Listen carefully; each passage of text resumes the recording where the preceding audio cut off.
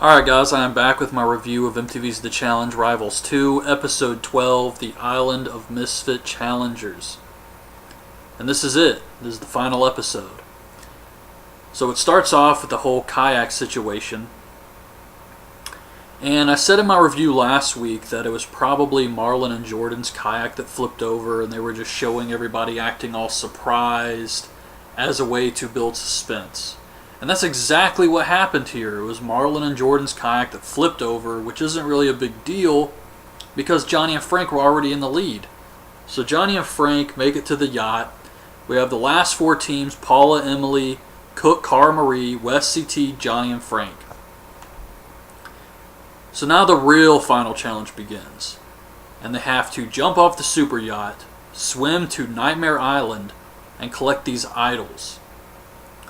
So you run to the first section, you complete it, you get an idol, you got to run all the way around, put it back, and then go to section number 2. So that's how this whole thing is set up here. So the teams begin the challenge, and Wes and CT make it to the first part, and the first section has these bamboo poles blocking the entrance. So Wes and CT are trying to pull these things out. Johnny and Frank are just watching them. This is something I didn't care for in this challenge because it felt like you were punished for doing well. For example, in section number 2, let's say Wes and CT get there first. They have to take these mini bolt cutters and pop open a chain link fence to gain access to the section. So if they get there first, they have to waste time opening the door, and then Johnny and Frank get to just walk right into the thing. Same thing with Cook and Cara Maria. If they get there first, they got to pop it open, and Paul and Emily can just walk right in.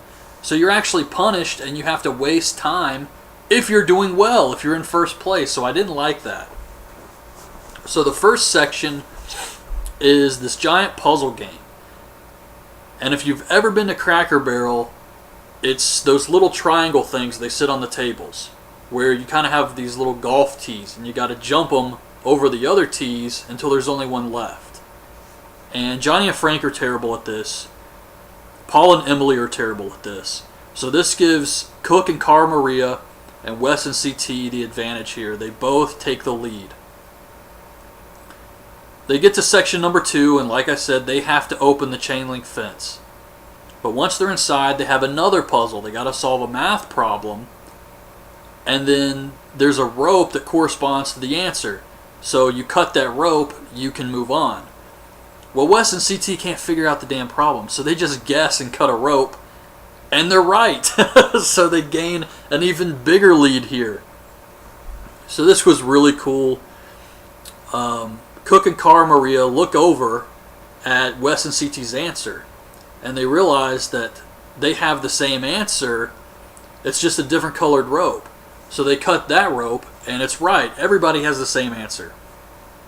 By the way, if you get it wrong and cut the wrong rope, you have to cut all 5. And these are really thick ropes, so it's a huge waste of time. That's why you want the right answer. So the 2 teams I wanted to win are in the lead. Although I wouldn't mind Paul and Emily. I've said that before. Paul and Emily actually solve the puzzle, and I think they tell Johnny and Frank the answer or something like that, which was kind of lame, but that's the only reason Johnny and Frank were able to actually get past section number 2. Okay, so the teams move on to section number 3. And this is where everybody's able to catch up because they have to eat nasty crap. Fish soup, beetles, maggots, crickets, all that type of stuff. We've seen it a million times. Fear Factor, these challenge shows. You got to eat a lot of nasty shit.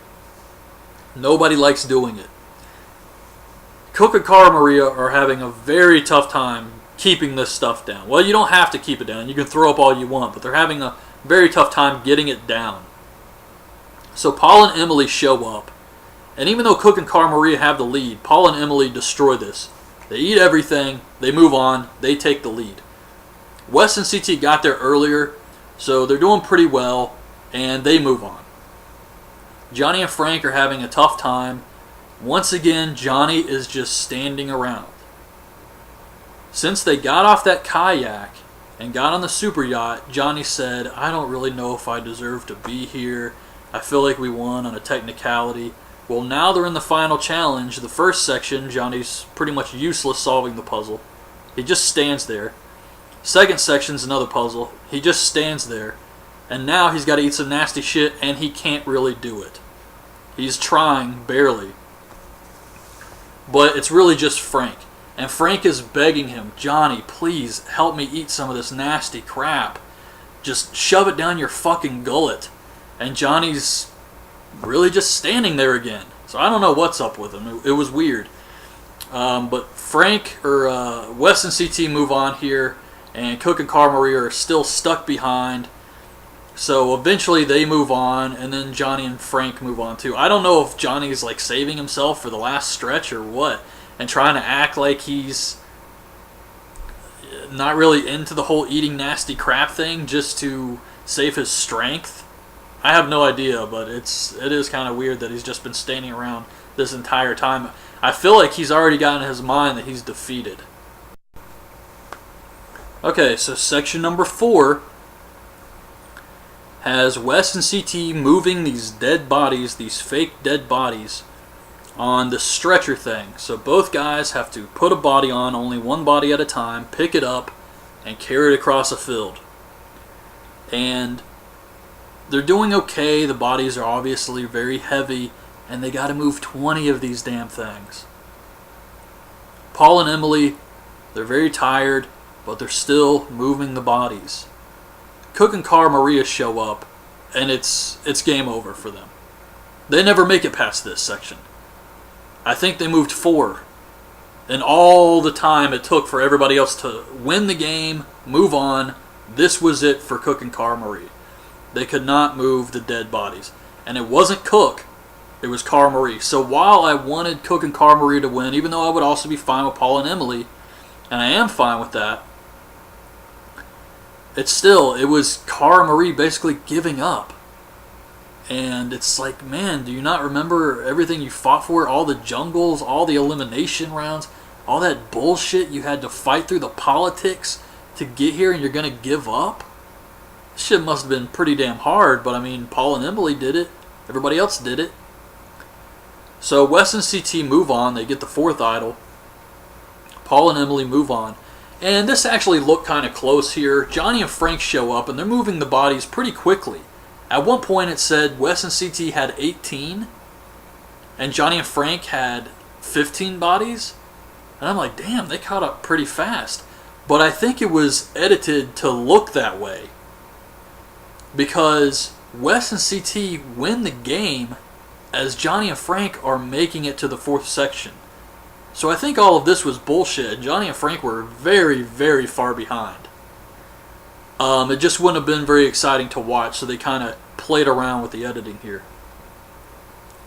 So that's pretty much what happens. Wes and CT move on to section 4. They have to dig this tunnel, go underneath it, grab the 4th idol, and then make it back to the beach, place the idol, and get this trophy thing, take it to TJ on the yacht. That was it. Wes and CT win. I'm very happy about this. CT said it's been 10 years. He definitely deserved this victory. I think he's made it to the final 6 times, he said, and has never been able to win. So this was really cool that they won. This was definitely my favorite team. Cook and Cara Maria gave up. So Paul and Emily went for the girls. And that was it pretty much.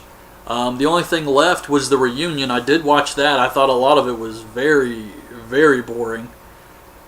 But one interesting thing, I guess you could say it was interesting, that happened on the reunion was Knight slapping Frank.